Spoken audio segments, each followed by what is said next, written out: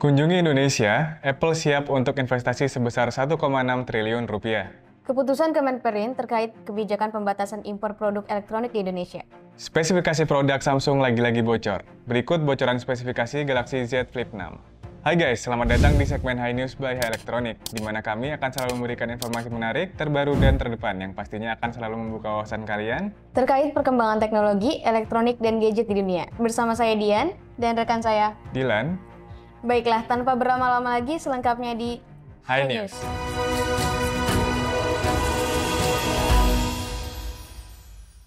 Sebelum masuk ke berita pertama, kita mau ngingetin lagi nih buat teman-teman yang belum subscribe channel YouTube Hai Elektronik. Jangan lupa untuk langsung di-subscribe dulu sekarang dan nyalakan tombol notifikasinya agar kalian gak ketinggalan informasi seputar elektronik dan teknologi yang bakal terus kita update di channel ini. Langsung aja kita masuk ke berita pertama. Kabar baru lagi datang dari Apple. Tim Cook, CEO dari perusahaan asal negeri Paman Sam tersebut telah mengadakan pertemuan dengan Presiden Jokowi di Istana Merdeka, Jakarta Pusat pada Rabu 17 April 2024. Dalam pertemuan itu, Tim Cook menyatakan komitmen Apple untuk berinvestasi di Indonesia dengan menandatangani perjanjian terbaru. Salah satu poin dalam perjanjian tersebut adalah pembangunan Apple Developer Academy di Bali yang akan menjadi tambahan dari 3 infrastruktur pendidikan Apple yang sudah ada di Tangerang Selatan, Batam, dan Surabaya. Menurut Menteri Perindustrian Agus Gumiwang Kartasasmita, nilai investasi Apple di Indonesia saat ini sekitar 1,6 triliun dengan tambahan pembangunan Apple Developer Academy di Bali. Namun, bagaimana nilai investasi ini jika dibandingkan dengan negara ASEAN lainnya? Sebelum kunjungannya ke Indonesia, pada awal pekan yang sama, Tim Cook juga menyempatkan berkunjung ke Vietnam untuk membahas peningkatan investasi Apple di negara tersebut. Apple telah mengumumkan rencana peningkatan investasi di Vietnam untuk mendukung inisiatif air bersih di sekolah-sekolah lokal.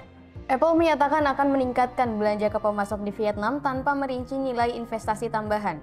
Namun, laporan menyebut Apple telah menggelontorkan sekitar 400 triliun dong Vietnam, jauh lebih tinggi dari investasi mereka di Indonesia. Dari total investasi itu, Apple telah menciptakan sekitar 200.000 lapangan pekerjaan di Vietnam. Sementara di Indonesia, investasi Apple baru senilai 1,6 triliun rupiah untuk Apple Developer Academy. Dalam pertemuan tersebut, pemerintah Indonesia juga mendesak Apple untuk membangun pabrik atau melakukan proses manufaktur di Indonesia sebagai upaya peningkatan produk dalam negeri dan TKDN, atau tingkat komponen dalam negeri. Namun, nampaknya hal ini masih dalam tahap pertimbangan.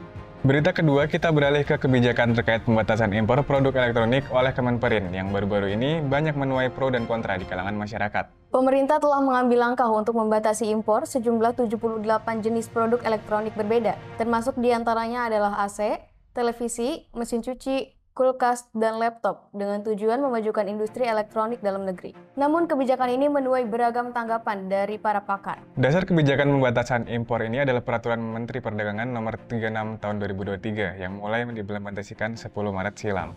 Tentunya keputusan Kemenperin ini bukannya tanpa alasan. Semua bermula dari rapat terbatas di Istana Merdeka, Jakarta pada 6 Oktober 2023. Saat itu Presiden Joko Widodo meminta para menteri terkait untuk memperketat impor 8 komoditas berbeda, mainan anak-anak, elektronik, alas kaki, kosmetik, barang tekstil jadi, obat tradisional, dan juga suplemen kesehatan, serta tas. Alasannya, barang impor tersebut telah membanjiri pasar tradisional dan lokal pasar daring atau e-commerce, membuat pasar-pasar tradisional sepi hingga memicu PHK di pabrik-pabrik tekstil. Neraca dagang produk elektronik pun tercatat defisit pada tahun 2023. Maksudnya, nilai impornya lebih besar dari ekspor. Karena itu, pemerintah memutuskan memperketat impor 655 barang yang masuk ke 8 kategori komoditas tersebut, termasuk diantaranya 78 produk elektronik dengan kode pos tarif HS berbeda. Menurut ekonom dari Institute for Development of Economics and Finance atau INDEF, Andri Satrionugroho, langkah pembatasan impor ini dianggap sebagai jalan pintas pemerintah dalam meningkatkan industri elektronik domestik.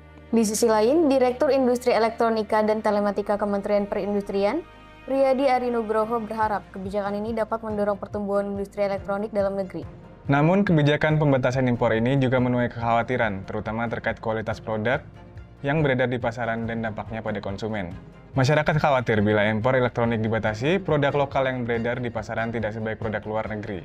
Selain itu, karena pasokan barang impor yang terbatas, harga elektronik produksi luar negeri juga bisa melonjak. Sehingga nantinya untuk masyarakat yang memiliki budget terbatas, pilihan produknya pun menjadi terbatas pula. Berita terakhir, kita beralih ke spesifikasi dari HP layar lipat Samsung Galaxy Z Flip 6. di situs Geekbench. Menurut laporan yang dikutip dari GIS China Minggu 22 April 2024, Galaxy Z Flip 6 dikabarkan akan menggunakan chipset Snapdragon 8 Gen 3 terbaru dari Qualcomm, dipadukan dengan RAM sebesar 8 GB. Hasil pengujian sintetis Vulkan di situs tersebut menunjukkan bahwa Galaxy Z Flip 6 mencetak skor 15.084 poin, yang cukup mengesankan. Skor ini mirip dengan yang dicapai oleh ponsel Galaxy S24 Ultra. Snapdragon 8 Gen 3 merupakan chipset terbaru yang banyak digunakan oleh ponsel flagship di tahun 2024. Dengan kombinasi komputasi 1+2+2+3, yaitu meliputi 1 performance core, 2 middle performance core, 2 low performance core, dan 3 efisiensi core yang menjanjikan performa tinggi dan efisiensi daya yang baik. Chipset tersebut juga hadir dengan GPU Adreno TM750 yang menjanjikan pengalaman gaming mulus, serta dapat menjalankan aplikasi yang membutuhkan grafis berat dengan lancar. Gimana nih Dian? Kayaknya cukup banyak berita menarik nih yang kita bawain kali ini. Dari Dian ada yang mau dikomentarin nggak? Kalau dari aku tuh tentang kebijakan impor sih Kak, sebenarnya tuh hal ini menguntungkan produsen dan industri di dalam negeri ya.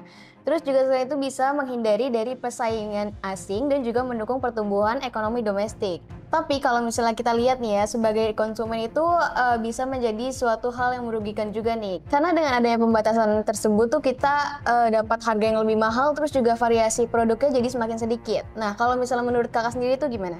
Kalau menurut gue kayak makan buah si malakama sih Dian. Jadi ada sisi baik dan sisi buruknya juga. Sisi baiknya adalah kita dapat memajukan industri elektronik di Indonesia.